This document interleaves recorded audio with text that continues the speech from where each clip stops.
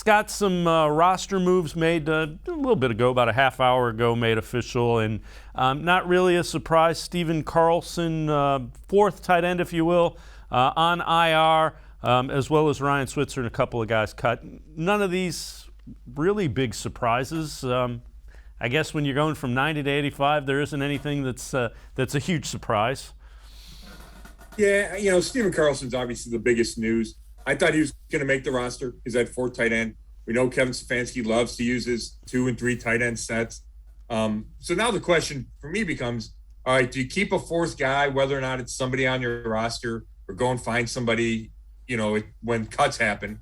Or do you say, no, we're happy with our 3, and maybe you keep a fullback who you were, wondering if you keep? Do you keep a fourth running back in D'Ernest Johnson?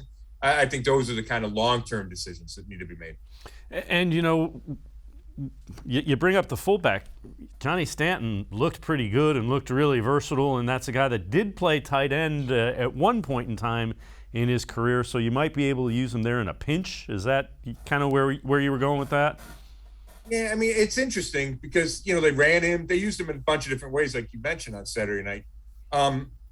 He doesn't seem like a prototypical tight end to me, but maybe you do have a little hybrid there. A guy that could line up on the end if you needed him to, could line up in the backfield and be your lead blocker. I don't think Andy Janovich has that kind of flexibility. I think he's just a straight-ahead fullback guy. Kevin Stefanski loves his fullback, and both those guys, Stanton and Janovich, were out there a lot Saturday night. I just kind of wonder, if you have so many receivers you like, and you have 3 tight ends that you really like, and you have 3 or 4 running backs, do you need to keep a fullback? And I'm thinking the Browns will, but I'm just not sure it's 100% of certainty.